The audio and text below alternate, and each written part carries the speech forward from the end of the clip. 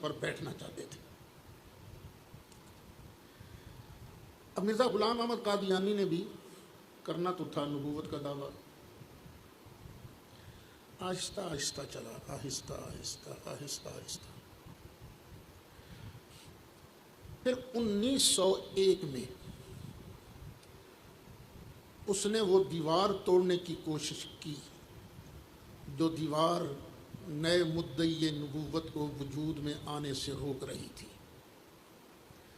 پھر اس نے خاتم النبیین کے معنی میں گڑبڑ کی۔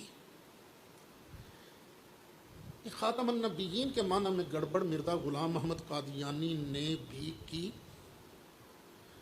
اور دیوبند کے بانی مولوی محمد قاسم نانوتوی نے بھی اس خاتم النبیین کے معنی میں گڑبڑ کی۔ خاتم النبیین کا صرف اور صرف ایک معنی ہے، بس۔ اس ایک معنی میں نہ کوئی تعویل ہے نہ کوئی تخصیص ہے، اور وہ معنی کیا ہے؟ آخر من نبئ، جس کے سر پر سب سے آخر میں تاج نبوت سجایا جائے، جس کو سب سے آخر نبوت دی جائے، اسے خاتم النبیین کہتے ہیں۔ قرآن مجید کے نزول سے لے کر اس مرزا قادیانی کے آنے تک، چند عرصہ پہلے بھی کچھ لوگوں نے گڑبڑ کی تھی، ان خبیثوں کے آنے تک پوری امت یہی کہتی رہی کہ خاتم النبیین کا معنی ہے آخری نبی، اور آخری نبی سے کیا مراد ہے؟ آخر من نبئ، جس کو سب سے آخر میں نبوت دی جائے۔ لیکن قادیانی نے کہا کہ نہیں، مراقبہ ہو رہا ہے قادیانی نے کہا کہ نہیں، خاتم النبیین کا معنی آخری نبی تو نہیں ہے، خاتم کا معنی ہے مہر،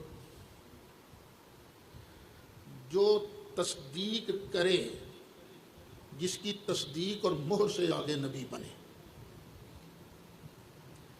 بات کو سمجھ رہے ہیں آپ؟ قادیانی نے کیا کہا کہ جس کی تصدیق اور مہر سے نبی بنے، جس کے فیض سے نبوت کا سلسلہ آگے چلے۔ تو اس کا نتیجہ کیا نکلا؟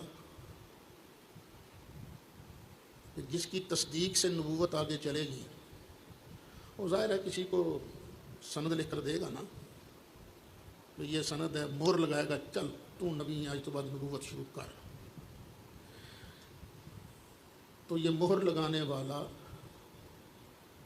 یہ تصدیق کرنے والا آخری تو نہیں ہوتا نا، آخری تو نہیں ہوتا، وہ تو پہلا ہوتا ہے، وہ پہلا ہوتا ہے۔ قاسم نانوتوی نے بھی یہی بات کی، لیکن لفظ الٹا کر۔ اس نے کہا یہ آخر میں آنا، اس میں کیا سرکار کی شان ہے؟ یہ آخر میں ہے، کلاس میں کوئی پہلے آ گیا کوئی آخر آ گیا، اس میں کچھ شان ہے؟ میں معنی بیان کرتا ہوں جس کی وجہ سے سرکار کی شان دوبالا نظر آئے گی۔ اب اس نے بھی یہی معنی کیا۔ اس نے کہا نبوت کی قسمیں ہیں دو، ایک ہے بذات نبی اور ایک ہے بالعرض نبی۔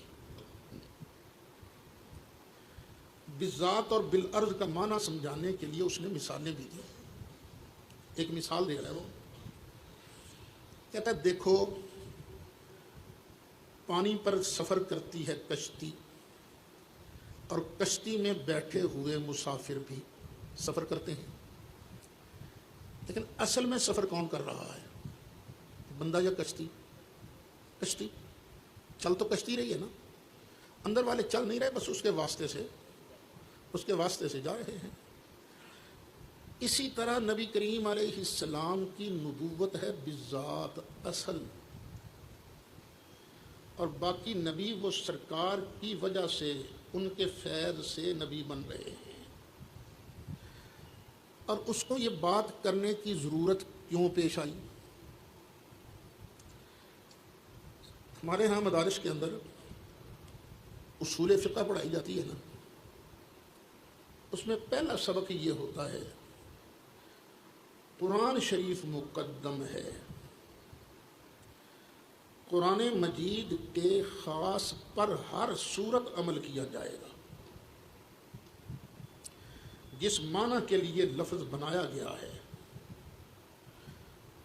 اسی معنی پر عمل کیا جائے گا خاص۔ اب اگر عقل اس کے خلاف بات کرے یا کوئی صحیح حدیث بھی قرآن کے خاص کے مقابلہ پر آ جائے تو پہلے کوشش کریں گے کہ دونوں میں تطبیق دے دی جائے، لیکن تطبیق دینے کی شرط یہ ہے کہ قرآن کے مفہوم میں ذرہ برابر بھی تبدیلی نہیں آئے گی۔ اگر تو تطبیق دی جا سکتی ہے تو بسم اللہ، اگر تطبیق نہیں دی جا سکتی، عمل ہم نے قرآن کے معنی پر ہی کرنا ہے، اس حدیث کو یا اس قیاس کو ہم چھوڑ دیں گے۔ قانون یہ ہے۔ ادھر ایک اثر جو ہے یہ صحابی کے قول کو کہتے ہیں۔ حضرت عبداللہ بن عباس کی طرف منسوب ہے ایک اثر کہ اللہ تعالیٰ نے زمینیں 7 بنائی ہیں، ہر زمین کے اندر آدم، جس طرح پہلی زمین ہے نا یہ، اس طرح کے آدم باقی 6 زمینوں کے اندر ہے۔ نوح علیہ السلام جیسے 6 اور نوح، ابراہیم علیہ السلام جیسے 6 ابراہیم، موسیٰ جیسے 6 موسیٰ، عیسیٰ جیسے 6 عیسیٰ، وَنَبِيٌّ كَنَبِيِّكُمْ، اور تمہارے نبی جیسا ایک ایک نبی محمد ہر زمین پر موجود ہے۔ یہ ایک اثر ہے حضرت عبداللہ بن عباس کی طرف منسوب۔ بالفرض ہم اس اثر کو حدیث کے سند کے اعتبار سے صحیح بھی مان لیں تو کیا یہ ماننے سے 6 محمد اور مانیں گے ہم زمین کے اندر؟ سرکار کے ہوتے ہوئے کیا 6 محمد اور ہوں گے؟ اگر 6 محمد اور مان لیے جائیں تو پھر اس زمین والے محمد آخری تو نہیں رہتے، وہ تو 7 آخری ہو گئے، وہ تو 7 آخری ہو گئے نا۔ وَنَبِيٌّ كَنَبِيِّكُمْ، اور ابتدا بھی اس کی غلط ہے کہ ہر زمین میں آدم جیسے آدم، وہ کیوں؟ اللہ فرماتا ہے یا ایھا الناس اتقوا ربکم الذی خلقکم من نفس واحدہ، اور لوگوں اپنے اس پروردگار سے ڈرو جس نے تم سب کو ایک جان حضرت آدم سے پیدا کیا۔ یعنی جتنے انسان ہیں یہ سب کس سے پیدا ہوئے ہیں؟ ایک جان سے، اور وہ جان کون سی ہے؟ آدم۔